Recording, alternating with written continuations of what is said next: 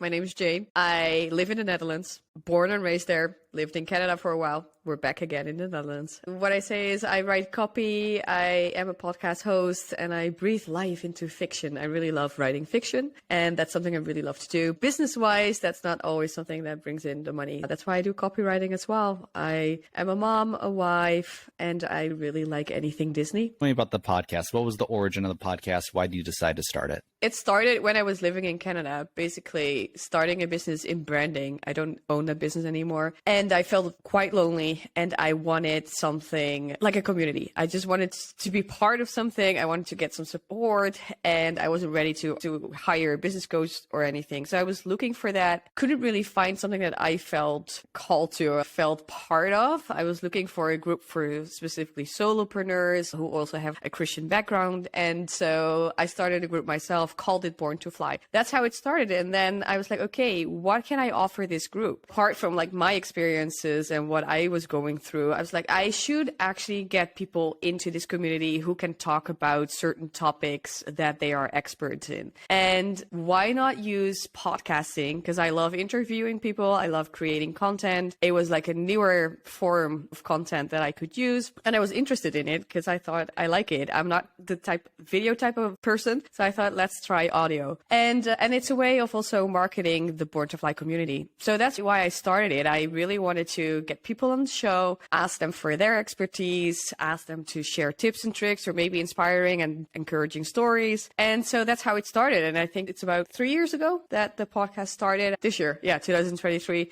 I'm going to reach the 100 episodes. That was like one of the goals that I set for myself. So that's why I started and why it's still out there. Walk me through, what was it like when you first started the podcast? Are you somebody who's super organized? What were those first couple of episodes like? I'm a person like, just do it. Because otherwise I can just research all I want and then never start. So what I did, I found this great guy, and of course I don't know his name anymore, but he had a very extensive blog about starting a podcast. And I basically followed the entire blog and all his affiliate links. And I was like, okay, so you bought a Blue Yeti, I'm gonna buy one. So that's the only investment that I made was a good microphone. And then I just started doing. I'm like, okay, what I need to do is I need to find guests. What might be a good guest? And I started reaching out to people. First, it was people that were within my circle because you're new and you don't have any track record, you don't have any reach. And very quickly, actually, it moved along and I was able to get people on the show that I was like, okay, these are bigger names and they just say yes. So I just did it and then it started growing. And I think that's the way to do it. If you want to start podcasting, just start. Yeah. Especially nowadays, people are very forgiving also for audio quality.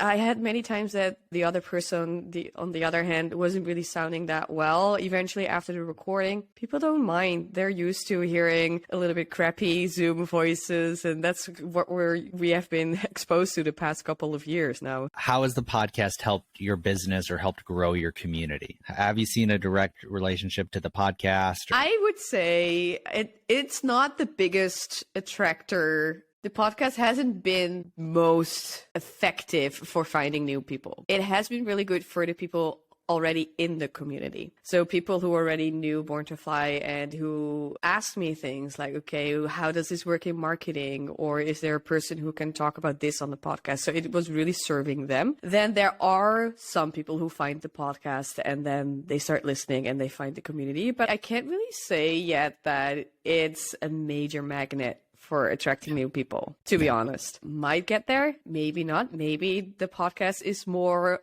a credibility thing. When people find Born to Fly and they're like, oh, okay, there's this podcast. Oh, there's like more than 50 episodes. Okay, so this is actually a real thing. So I don't really have the answer there. I wish I could tell you, like 1 million people a month. No, that's not where I'm at yet. What are the different softwares or tools that you use? Do you keep it simple? Are you using StreamYard? Or what are the different things that you use to record and host and post your podcast? What I use right now is for recording, I use Zoom. So I have a Zoom subscription and I just hit record and that's what we do. We record the whole thing. Very easy. I'm using Audacity for audio editing. It's a free software as well. I actually know how it works because it was one of the programs that I followed in school.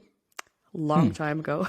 I don't use the video, so I can't tell you about that. But I know Riverside has a great tool for editing video as well. And in terms of technology, Blue Yeti mic still, that's what I'm using. And when I'm recording, I'm always using earphones just to make sure that the only thing my mic is catching is my voice. And what else do we need? Oh, of course, we need a hosting platform. So the hosting platform that I use is Simplecast, based on a referral from someone. It's not the most popular one, but it still gives you all the analytics. It's not that expensive, and it pushes your episodes on all the big major platforms like Apple and Spotify. So I think that covers it all, what I'm using.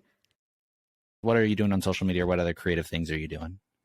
It's funny because I really have this love-hate relationship with social media. And the social media that I use most right now actually is LinkedIn. That is because I'm serving an audience of solopreneurs. So most business people are on LinkedIn. And what I do is I post at least twice a week. I'm working part-time. I should add that. I don't have the capacity. I don't have the ability to work full-time as a mom right now. So I use the days that I work to post also things on LinkedIn. And my mindset there is, okay, what value can I add and how can it be as short as possible? Because people are just scrolling and they don't have time to read like very long form content. Even though people always say that, I don't believe that. And I also see that it's not true for the things I post. I try to post anything that's short, helpful, and personal. And that's what I focus on. When I add a photo, especially when I add a photo of me in a nice place, it always does well. It's very annoying. Like, I don't want to add photos from myself, but I have to. And those are the posts that I always do best, sharing tips and tricks and polls. I like polling on LinkedIn because they just give you good insight. And one of the latest polls that I posted was about the length of a podcast, you know, what people like. That's just good information for me. And people would like to know. So well, tell me more about that. What the podcast length? What's your perspective on it? I like the short and the edited podcast, but I ask people and they say, no, I like the authentic hour-long conversation. What's your opinion? What do you like to listen to? Okay, so you want to hear my opinion. Okay, my opinion is I don't like to listen to longer than 40 minutes, 45 minutes max. Because I would do times 1.5 maybe. So we get closer to 30 minutes. That's my top. That's my max. And based on that, that's how I produce my podcast as well. I'm like, okay, maximum 30 minutes, maybe a little bit longer. If you listen to that times 1.5, then yeah, like 20 minutes, that would be enough. And why do you need longer? If you want to get to the core of something, we don't need longer than 30 minutes. I would say 20 minutes should actually be enough. So I'm actually a huge fan of shorter podcast episodes, but I know the people who like longer episodes. I just can't do it. I can't listen for an hour or so to one episode. I'm like, get to the point. Yeah. That might be my Dutch nature as well. We're like straight to the point. I'm the same way. I like efficiency. I'm like, how can I get through this as fast as possible type of thing?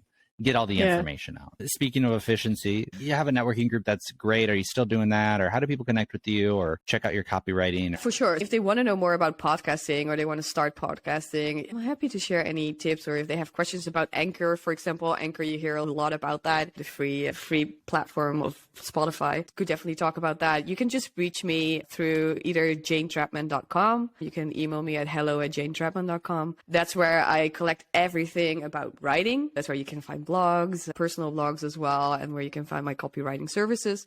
And then there is Born to Fly community, and that's the community for solopreneurs. So you can go to borntofly.faith, and there's also, again, like helpful blogs, and the podcast can be found there. You can reach out there as well, and you can become part of the community that we host on Mighty Networks. It's a free community. You can just create a profile and be part of it and connect with like-minded people. That will sum it up. That's where people can find me.